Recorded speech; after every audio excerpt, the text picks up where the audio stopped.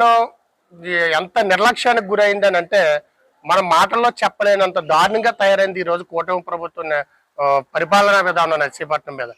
ఆ రోజున నర్సీపట్నం ఏవైతే రోడ్లు ఉన్నాయో వెడల్పు చేయాలని గత ఎక్స్ఎమ్మెల్యే పెట్ల ఉమాశంకర్ గణేష్ గారు 100 ఫీట్ మొత్తం చేయాలని ఒక మంచి ఉద్దేశంతో, ప్రజలకు అవస్థలు ఉండకూడదని ఉద్దేశంతో ఆయన ఒక రోడ్డు నిర్మాణం చేపడితే, ఆ రోజు ఏదైతే రోడ్డు చేసి ఉన్నారో ఆ రోజు కూడా రోడ్డు పూర్తి అవ్వకుండా ఈ రోజు ఉన్నటువంటి నాయకులు అడ్డుపడి అంతరాయం కలిగించి కంప్లీట్ కాకుండా చేయడానికి ఎన్నో ఇబ్బందులు పెట్టారు. అయినప్పటికీ కూడా ఆ రోజు మా శాసనసభ్యుల వారు చాలా కష్టపడి ఏదైతే ఫీట్ ఉందో అబీద్ సెంటర్ నుండి ఆర్ఎన్బి ఏదైతే ఉందో మన ఆర్డీఓ ఆఫీస్ వరకు వేయడం జరిగింది. ఈ రోజు ఆ రోడ్డుని చూసి మిగతా రోడ్డుని చూస్తే ఎంత అధ్వానంగా ఉన్న పరిస్థితి అంటే అక్కడ వరకు చాలా బాగా వస్తున్నారు. అక్కడ నుండి చూస్తే పడుతూ లేస్తూ వచ్చే పరిస్థితి ఈ రోజు తయారైంది. ఇదేంటబ్బా అని చెప్పి లాస్ట్ టైం మేము కౌన్సిల్లో అడిగితే అసలు మీకు అడగడానికి హక్కే లేదు, మీకు సంబంధమే లేదు, ఇది ఆర్ఎన్బి ఓడి మాత్రమే చేయాలని చెప్పి ఆ రోజు మా మేము థ్రెట్ చేశారు. మరి ఈ రోజు చూస్తే మరి ఎలాగా జోగునాథపాలెంలో సెలెక్టెడ్గా ఒక ఏరియాని పెట్టారు. ఇదేంటి జోగునాథపాలెంలో ఒక ఏరియాని పెట్టడం ఏంటి? నర్సీపట్నం అంతా అధ్వానం అయిపోయి ఉంది ఈ రోజు పరిస్థితి. వర్షం వస్తే నీళ్లు రోడ్డు మీద ఉండిపోతుంది, రోడ్లు చూస్తే అధ్వానం అయిపోయి ఈ గుంతలేంటి ఇవేంటి అని అడిగితే దానికి ఇదంతా మాకు సంబంధం లేదు, ఇది మా ఇష్టం వచ్చిన దగ్గర పెడతామని చెప్పేసి కూటమి నాయకులు ఈ రోజు మాకు సమాధానం చెప్పడం జరుగుతుంది.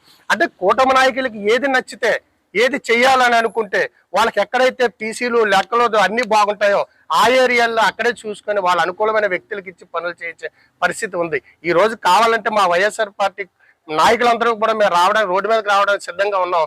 మీ మీడియా కూడా మా వెంట రండి. అలాగే ప్రజలు కూడా చూడండి ఈ రోజు పరిస్థితి. నర్సీపట్నం మంగిలాల దగ్గర పడిపోతున్నారు, దుర్గమ్మ గుడి దగ్గర పడిపోతున్నారు. బలిఘట్టం అయితే అది రోడ్డు కాదు, చెరువు. బలిఘట్టంలో దుర్గమ్మ గుడి ముందు ఉన్నది ఒక చెరువు, అది ఈత కొట్టుకొని వెళ్ళడం చివతల నుంచి అవతలకి వెళ్ళాలంటే అంత అధ్వానమైన పరిస్థితిని ఈ రోజు ఈ కూటమి ప్రభుత్వం తయారు చేస్తే అడిగితే మా గొంతు నొక్కుతున్నారు, మమ్మల్ని మా నోరు ఎత్తకుండా చేస్తున్నారు, మా ఇష్టం అని అన్నారు. అంటే ఇలాగన్నా కొనసాగితే ఇక నర్సీపట్నంలో రోడ్లు అనేవి ఉండవని చెప్పేసి మేము పత్రికా ముఖంగా తెలియజేయడం జరుగుతుంది. కష్టకరమైన విషయం అండి. ఇప్పుడు ఈ రాజ్యాంగంలో కొన్ని వర్కులు, కొన్ని పరిస్థితులు, కొన్ని పనులు కొంత అప్పచెప్పడం వాస్తవమే. కానీ ఈ రోజు మన పరిస్థితి ఏంటంటే మన ప్రజలకి అన్యాయం జరుగుతుంటే, ప్రజలు అవస్థలు పడుతుంటే మనం చేయమా? ఆ బాధ్యత మన ప్రజాప్రతినిధులుగా మనకు లేదా? మన నర్సీపట్నం కౌన్సిల్కి లేదా? ఆఫ్టర్ ఆ గొంతులో పడ్డ ప్రదేశాలు పోర్చడానికి అంతా కలితే 5 లక్షలు ఖర్చు అవ్వదు. ఈ రోజు మీరు ఇష్టాసారంగా వాడుకునే డబ్బులు కోట్లలో వాడుకుంటున్నారు. కేవలం 5 లక్షల రూపాయలు ఖర్చు పెట్టి గొంతులు పూడ్చలేనటువంటి దౌర్భాగ్య పరిస్థితికి ఈ రోజు ఈ మున్సిపాలిటీ చేరిపోయిందని అంటే ఇంతకన్నా మనం చెప్పవలసినటువంటి అవసరం లేదు ఈ మున్సిపాలిటీ పరిపాలనా విధానం కోసం.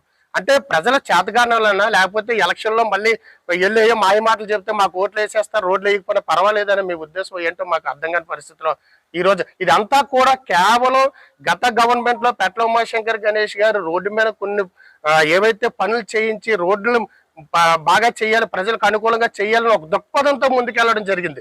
అంటే ఆ వ్యవస్థను కొనసాగించకూడదని కేవలం వైఎస్ఆర్ పార్టీ కాంగ్రెస్ మీద లేకపోతే పెట్ల ఉమాశంకర్ గణేష్ గారి మీద ఉన్నటువంటి రాజకీయ అక్కస్తో మాత్రమే అక్కడ రోడ్లు వేయడం మానేయడం చేస్తున్న ప్రస్తుత కూటమి ప్రభుత్వం. దానికి ఉదాహరణగా ఏం చెప్తానంటే 30 అడుగుల రోడ్ని ఎంతో శ్రమించి ఆ రోజు గత శాసనసభ్యులు పెట్ల ఉమాశంకర్ గణేష్ గారు వేస్తే కనీసం 3 అడుగుల గొయ్యి పడితే 3 అంగుళాల వెడల్పు గల బొక్క పడితే ఆ బొక్కను పోర్చలేనటువంటి ఈ చేతగాని ప్రభుత్వం మనకు అవసరమా?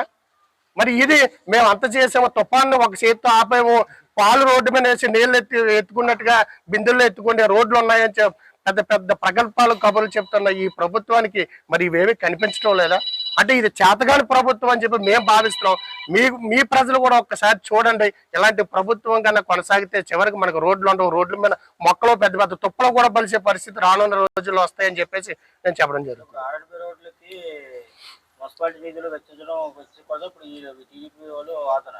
మరి అప్పుడు దానికి మున్సిపల్ నిధులు వెచ్చించేసారన్నట్టు ఖచ్చితంగా చేయొచ్చండి. ఎందుకు చేయకూడదు? చేయకూడదని ఎక్కడైనా ఉందా?